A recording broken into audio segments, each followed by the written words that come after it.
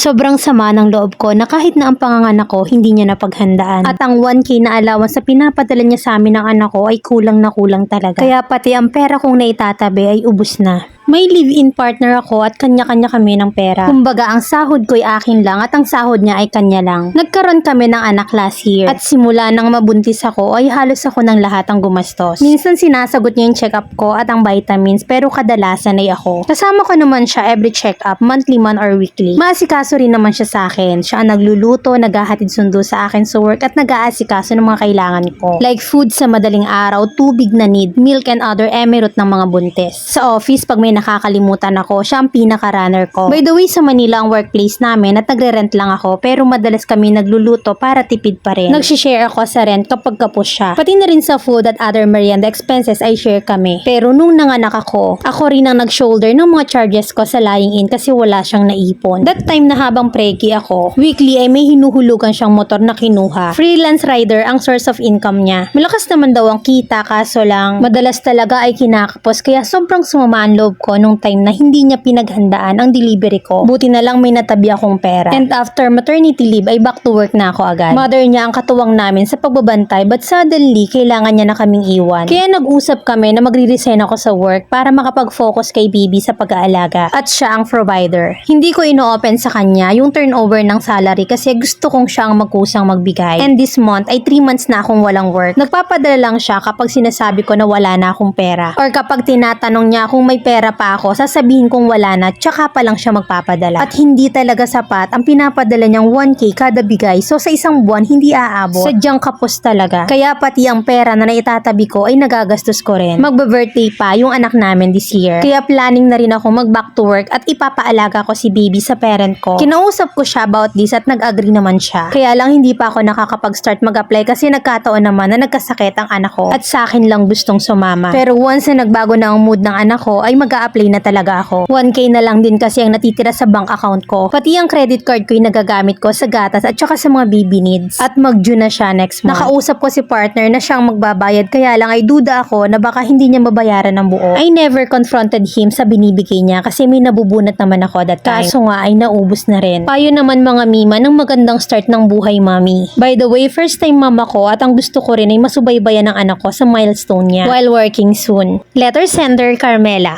Yung status nyo parang hindi mag-partner kasi mas madalas ay lugi ka. Hindi nyo na pag-usapan ng ayos ang financial status kung paanong diskarte at tamang hatian. Kasi nga kanya-kanya kayo. Kaya ang tendency, hindi rin siya aware sa dapat niyang ibigay. Kasi kinakaya mo at tinatapalan mo yung butas na dapat ay kayong dalawa. Which is mali kasi sa part na hindi mo dinidiscuss yung responsibilities niya. Lalo na ngayon na may anak na kayo. So ang nangyayari, nagiging normal yung situation na hindi naman normal. Naubos yung ipon mo kakatapos. Wala kang bibig magsalita, mima. Hanggat may ilalabas ka, itatapal mo. Paano ngayon naubos na? So, back to work naman ang plano mo. Pero sana i-raise mo naman yung concern mo about sa financial status nyo. Wala ba kayong balak pag-usapan? Kung kanya-kanya kayo ng pera, di sige, rules nyo yan. Pero dapat, toka sa responsibilities. At pinapaalam mo yung needs mo, especially ng baby nyo. Pareho nyong binuo ang bata, mima. Ang lagay ba sperm donor lang siya. Magbibigay kapag hihingi ka lang. Ikaw ang nagdala at nagluwal. At pagdating sa financial ay mas obligado ka pa rin. Huwag mong gawing normal sa kanya ang nagpapasakit ng ulo mo. Sa pagbuo ng pamilya, hindi lang isa ang magdadala. Mas provider pa nga dapat siya kasi siya yung lalaki. Paano sa sexy time, amanos lang kayo? Diyos ko, lustred ang bulsa, pati ang kepyas, mima. Ang system mo tagalinis ka na lang ng tubo, ganon.